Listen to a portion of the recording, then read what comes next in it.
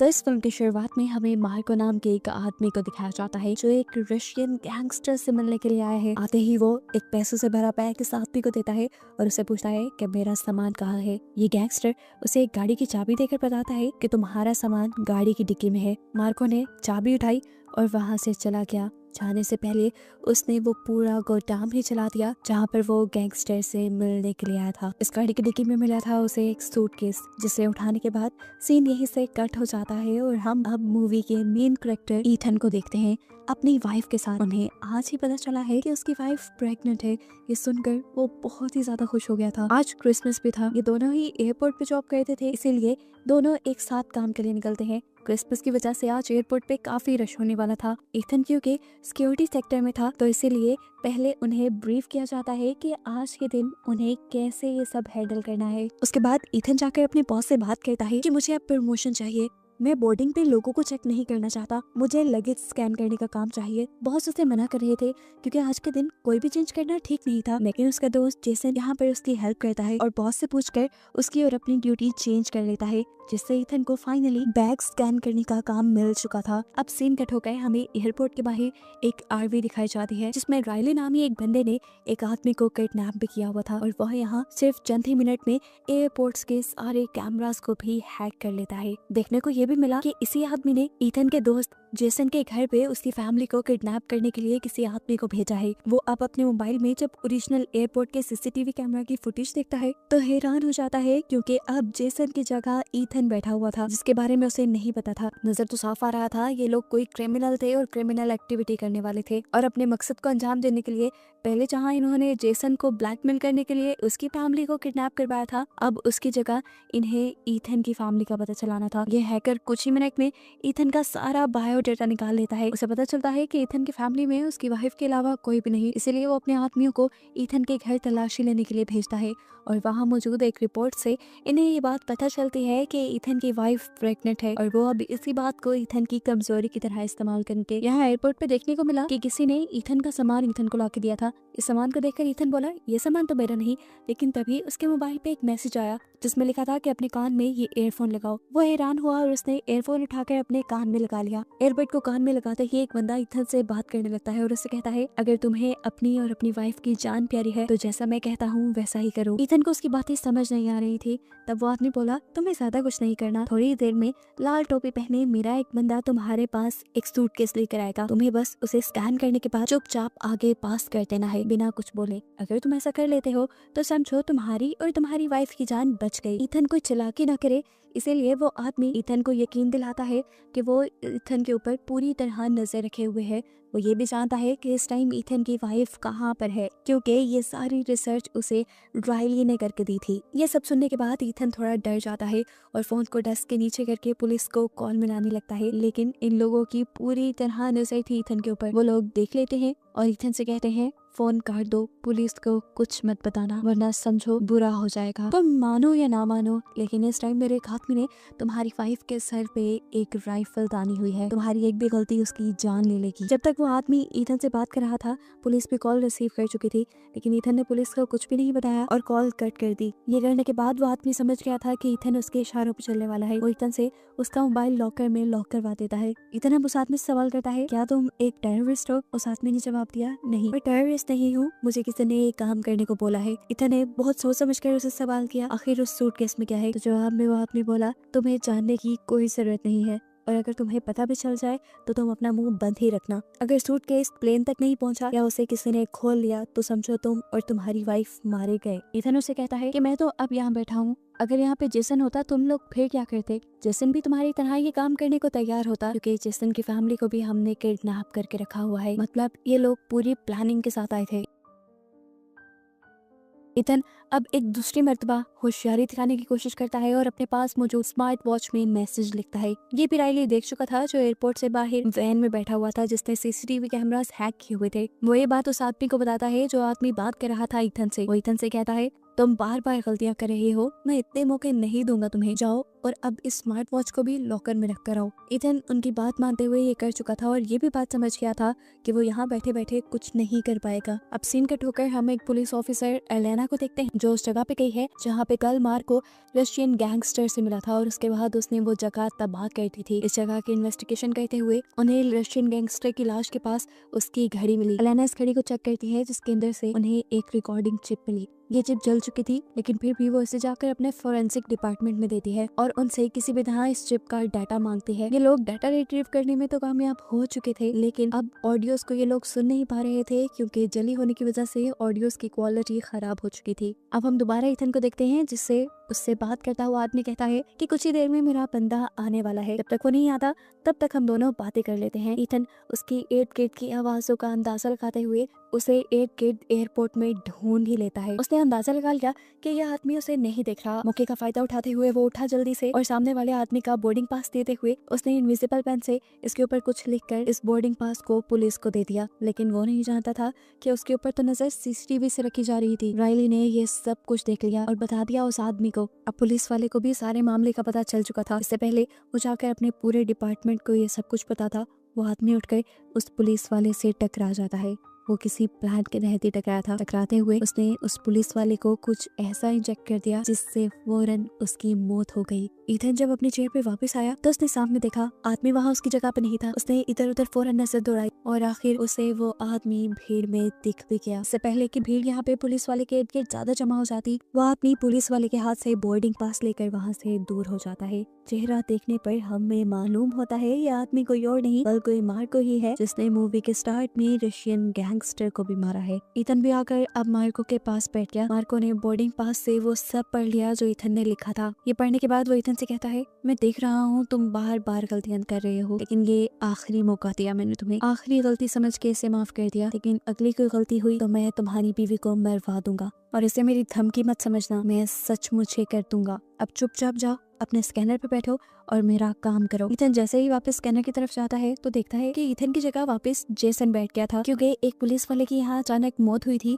जिसकी वजह से यहाँ अफरा तफरी मच गई थी, सिक्योरिटी और टाइट कर दी गई थी। इसीलिए बॉस ने जेसन को वापस उसकी जगह पे बिठा दिया। ये बात जैसे ही मार्को को पता चली तो उसने इथन से कहा कुछ भी करो लेकिन जेसन को वहाँ उठाओ और खुद बैठो। इथन पहले बॉस से भी बात करता है लेकिन अब बॉस उसे समझाते हैं कि सिक्योरिटी की सूरत हाल पहले से बहुत डिफरेंट है, मैं जेसन को स्कैनर से नहीं हटा सकता। मामले की नाजुकी को समझते हुए उसने एक कॉफी ली और कॉफी के अंदर अल्कोहल मिला दी, जिसके बाद उसने कॉफी ला के जेसन के टेबल पे रख दी और इस चीज की शिकायत कर दी बॉस को। बॉस ने जैसे ही जेसन के टेबल पर अल्कोहल वाली कॉफी देखी उसे फौरन ही जॉब से निकाल दिया। हालांकि जेसन गिड़गिड़ा कर ये बताने की कोशिश कर रहा था कि ये कॉफी मेरी नहीं है। अब सीन कट होकर हमें पुलिस ऑफिसर को दिखाया जाता है जो उस रिकॉर्डिंग को बार बार सुनकर एक पॉइजन के बारे में पता चलाती है। ये पॉइजन इतना खतरनाक था कि जहाँ पे गिर जाता वहाँ के आसपास के माहौल की हर चीज तबाह हो जाती। यहाँ एयरपोर्ट का सीन दिखाया जाता है जहाँ इथन जेसन को फंसाने के बाद दोबारा अपनी सीट ले चुका था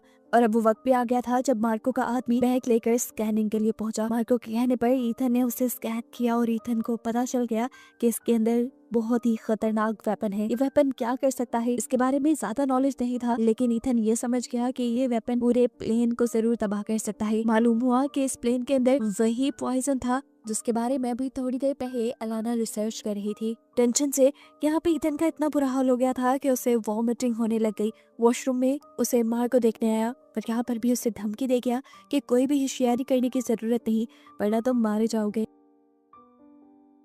इथन पीछे से उसे रोकता है और कहता है जिस प्लेन में तुम उस वेपन को लेकर जा रहे हो उसमें पूरे 2000 लोग हैं। उस आदमी ने जवाब दिया अगर वो प्लेन में ना किया तो वो यहीं पे चला दिया जाएगा और यहाँ पे 60,000 लोग हैं, फैसला तुम्हें करना है, तुम्हें 2000 लोगों को बचाना है या फिर 60,000 को। इथन परेशान हुआ और उसने पूछा तुम क्यों मारना चाह रहे हो लोगों को। जवाब में मार्को बोला मैं किसी को मारना नहीं चाह रहा, मैं बस अपनी ड्यूटी कर रहा हूँ और मुझे वो करने दो। सीन दोबारा लाना की तरफ शिफ्ट होते हैं जिसे उसका एक साथी आकर बताता है कि अभी एयरपोर्ट से किसी इथन नाम के आदमी ने पुलिस को कॉल की थी। पुलिस ने कॉल रिसीव भी कर ली लेकिन फिर इथन कुछ नहीं बोला। थोड़ी ही देर बाद वहाँ पर एक पुलिस ऑफिसर की अचानक मौत हो गई, यानी वहाँ कुछ जरूर गड़बड़ी है। अलाना को एयरपोर्ट तक पहुँचने में कुछ टाइम लग रहा था इसीलिए इसलिए उसने पहले दूसरी फोर्स को एयरपोर्ट पर भेज दिया और उन्होंने जाकर सारी चेकिंग लाइंस बंद कर दी। चेकिंग लाइंस बंद होने की वजह से ईथन के बॉस ने भी सबको इकट्ठा कर लिया और यहाँ पर सभी सस्पेक्टेड लोगों की जांच होने लगी। ईथन ने अब अपना दिमाग चलाया और जल्दी से अपने बॉस का स्कैनर लेकर उसमें मार्को के आदमी का भी नाम डाल दिया, जिसका बैग उसने सही से स्कैन कर लिया था। ये करने के बाद वो बाहर निकल आया। बाहर आने पर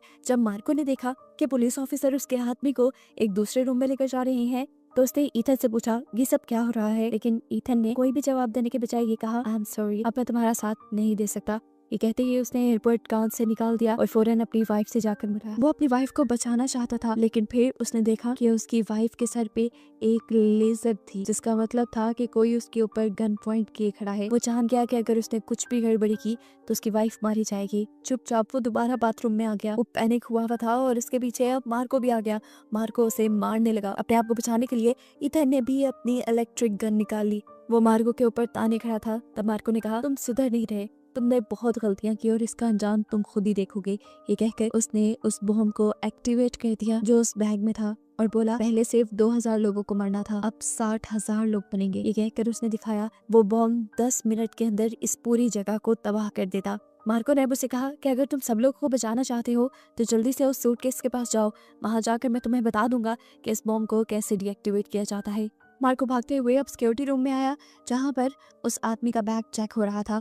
ईथन ने अपने बॉस के ऊपर गन तान दी। वो अपने बॉस को कुछ भी करने से हिचकिचा रहा था, लेकिन यहाँ पर वो दूसरा आदमी जल्दी से एक पेन उठाकर ईथन के बॉस के गले में स्टैब करके उसकी जान ले लेता है। ये देखकर ईथन को इतना गुस्सा आया कि उसने उस आदमी को ही पकड़ लिया और पूछा क्यों मारा आखिर तुमने उसे। जिस पे लड़के ने जवाब दिया मेरे भाई को उन लोगों ने किडनैप किया हुआ है और अगर मैंने ये सब ना किया तो वो उसे मार देंगे। खैर अब ईथन ने मार्को से कांटेक्ट किया और उससे पूछा कि इस बम को कैसे डीएक्टिवेट किया जाए। उसके कहने के मुताबिक उसने इस बम को, इस मशीन को डीएक्टिवेट तो कर दिया, लेकिन बहुत ही आखिरी टाइम में। बॉम्ब के ब्लास्ट होने में चंद ही सेकंड बचे थे। दूसरी तरफ हम एलेना को देखते हैं जो एक फेडरल एजेंट के साथ जल्दी से एयरपोर्ट की तरफ बढ़ रही थी। अभी उसे उसके एक एजेंट की कॉल आई और उसने बताया कि तुम्हारे साथ इस टाइम जो फेडरल एजेंट बैठा है वो असली नहीं है, वो दूसरों का भेजा गया है। असली फेडरल एजेंट तो अब हमारे पुलिस स्टेशन पहुंचा है। ये सुनकर एलेना डर गई और उसने फौरन दूसरे आदमी के ऊपर गन पॉइंट कर दी। उस आदमी ने भी कार की स्पीड बढ़ाते हुए इस कार का एक्सीडेंट करवाने की कोशिश की। एक्सीडेंट करवाने में वो आदमी कामयाब भी हो गया और इस चक्कर में दोनों को बहुत बुरी चोट आई। यह आदमी नहीं चाह रहा था कि एलेना एयरपोर्ट तक पहुंचे। एक्सीडेंट के बाद का जब सीन हमें दिखाया गया तो उस आदमी ने अभी भी एलेना का गला पकड़ा हुआ था। एलेना अपना गला उसके हाथों से छुड़वाती है और फिर अपने गन से उसे शूट करते हुए वहां से बाहर निकल आती है। यहाँ ईथन मार्को के कहने पर उसके सूटकेस को प्लेन के कार्गो के पास लेकर जा रहा था। यहाँ हम देखते हैं कि मार्को ने अब उस आदमी से कांटेक्ट किया जो उस बैग को कार्गो तक ईथन के साथ लेके जा रहा था। उसने इस आदमी से कहा अब तुमने आखिरी काम करना है। वो आखिरी काम था ईथन को मारने का। ये सुनते ही उसने पीछे से ईथन के ऊपर गन पॉइंट कर दी, लेकिन शुक्र था कि सामने एक शीशे में ईथन ने ये सब देख लिया और उल्टा उसी के ऊपर वार कर दिया। इन दोनों की यहाँ लड़ाई चलती रही और इस सब में उसने बार बार ईथन को गोली मारने की कोशिश की, लेकिन एक मर्तबा गोली के बैग चलने की वजह से वो खुद ही मारा गया। मौके का फायदा उठाते हुए ईथन ने फौरन उसका मोबाइल लिया और अपनी वाइफ को कॉल करने की कोशिश की, लेकिन उसकी वाइफ बिजी होने की वजह से फोन नहीं उठाती। अब वो अपनी वाइफ को छोड़कर अपने दोस्त को कॉल करके बता देता है कि उसकी वाइफ की जान खतरे में है और ये मैसेज जाकर उसका दोस्त उसकी वाइफ को दिखा देता है। ये देखते ही नोरा बार बार अपने हस्बैंड को कॉल कर रही थी, लेकिन उसका फोन तो लॉकर में था। ठीक वक्त पे हम देखते हैं कि एलाना भी अब एयरपोर्ट पे पहुंच चुकी थी। उसने पूरे एयरपोर्ट को आधे ही सीज कर दिया, जबकि यहाँ कार्गो के पास अब मार्को आ चुका था और आधे ही वो ईथन को शूट कर देता है, लेकिन शूट होने के बावजूद ईथन भाग रहा था क्योंकि गोली सिर्फ उसकी टांग में लगी थी। यहाँ पे मार्को ने ईथन से कहा मैं तुम्हें छोड़ दूंगा, बस तुम मुझे मेरा सूटकेस दे दो। ये देखकर ईथन नीचे आया और उसने सूटकेस बड़ी ही आराम से मार्को के हवाले कर दिया। देखने को मिला कि एलाना भी ईथन का पता पूछते पूछते कार्गो तक पहुंच गई थी। एलाना जब तक ईथन के पास पहुंची तो ईथन उसे धक्का देकर बाहर की तरफ भागने लगा। उसे जाते हुए ये बता दिया कि मेरी वाइफ की जान खतरे में है, मैं उसे बचाने जा रहा हूँ। और जाने से पहले उसने मार्को का सारा हुलिया भी उसे बता दिया। यहाँ अब देखने को मिला कि नोरा भागते हुए पार्किंग एरिया तक आ गई थी और अब उसे मारने के लिए यहाँ राइली भी आ चुका था, क्योंकि उसने सभी के मोबाइल हैक किए हुए थे और उसे पता चल गया था कि ईथन ने नोरा को सब सच बता दिया है। इससे पहले कि वो नोरा को मार देता, पीछे से ईथन आ जाता है। अब राइली भी गोली चलाने ही वाला था, लेकिन उससे पहले ही हमें गन शूट की आवाज सुनाई दी और राइली गिर गया। देखने को मिला कि वो आदमी जो कि सूटकेस लेकर प्लेन तक जा रहा था, जिसकी मौत हो गई थी, उसके भाई को राइली ने बंदी बनाकर रखा हुआ था और उसी ने राइली को मारा था। ईथन उस आदमी को देखकर ही समझ गया कि ये जरूर उसी लड़के का भाई है जिसे ब्लैकमेल करके मार्को अपना अपना काम निकलवा रहा था और अब ईथन ने उसे सब सच बता दिया कि तुम्हें बचाने के चक्कर में तुम्हारे भाई ने अपनी जान दे दी है। ये सुनकर वो बहुत ज्यादा दुखी हो गया। अभी भी मसले हल नहीं हुए थे। ईथन को अभी भी जाकर मार्को को किसी तरह रोकना था, उसे किसी भी तरह रोकना था कि मार्को प्लेन में ना बैठे। लेकिन अब काफी देर हो चुकी थी क्योंकि मार्को प्लेन में बैठ चुका था। यहाँ हमें पता चला कि ईथन ने एक अच्छा काम भी किया था। मार्को के सूटकेस के ऊपर एक नया स्कैनिंग स्टिकर लगा दिया था ताकि उस नंबर को जैसे ही वो ट्रैक करे तो उसे पता चल जाए कि मार्को इस टाइम कहाँ पे है। जब उस सूटकेस को स्कैन किया गया तब ईथन को पता चल गया कि मार्को प्लेन में पहुंच चुका है। वो जल्दी से अपनी वाइफ से कहता है, जाओ एयरलाइन डिपार्टमेंट के अंदर और उस प्लेन को टेक ऑफ होने से मत रोकना। मैं जल्दी से जाकर ईथन को रोक लूंगा। अगर प्लेन टेक ऑफ ना हुआ तो जरूर मार्को उस बम को वहीं पे ब्लास्ट करवा देगा। मैं उसे डिफ्यूज कर सकता हूँ, ये बात मैं जानता हूँ। नोरा भी यही बात जाकर फौरन अलाना को बताती है, जो कि उस प्लेन को टेक ऑफ होने से रोक रही थी। उस प्लेन को टेक ऑफ होने दो। अगर वो प्लेन टेक ऑफ ना हुआ तो मार्को उस बम को एक्टिवेट कर देगा। लेकिन ईथन गया है प्लेन में, उसे बम डीएक्टिवेट करना आता है, वो सब संभालेगा। उसने पहले भी ये किया है। देखने को मिला कि ईथन भी टाइमली प्लेन के कार्गो में पहुंच गया था। प्लेन भी टेक ऑफ कर चुका था और अब ईथन सूटकेस को खोलकर उस बम को डिफ्यूज करने की कोशिश कर रहा था। जैसे ही उसने वो सूटकेस खोला, मार्को को इस चीज की खबर हो गई और वो जान गया कि जरूर प्लेन के अंदर ईथन ही आया है। अपने मिशन को बचाने के लिए मार्को भी आ जाता है कार्गो के अंदर। यहाँ आते ही मार्को ने अब ईथन को रोकने के लिए उसके ऊपर गोली चलाई। गोली इस मर्तबा भी ईथन के पाँव पे लगी और उसके बाद अपने बैग को लेने के लिए आगे बढ़ा। बैग इस टाइम फ्रीजर में था।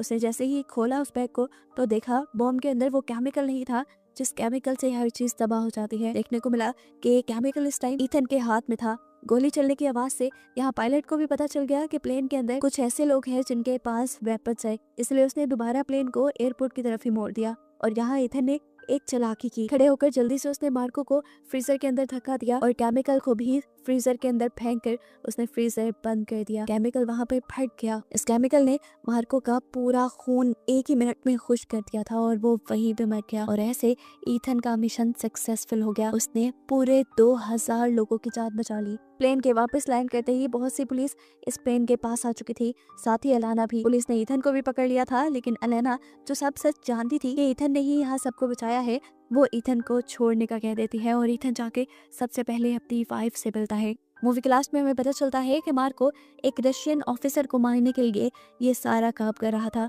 लेकिन अब सबकी जान बच गई थी, इसीलिए सब सुकून से क्रिसमस मनाते हैं और कहानी यहीं पे खत्म हो जाती है।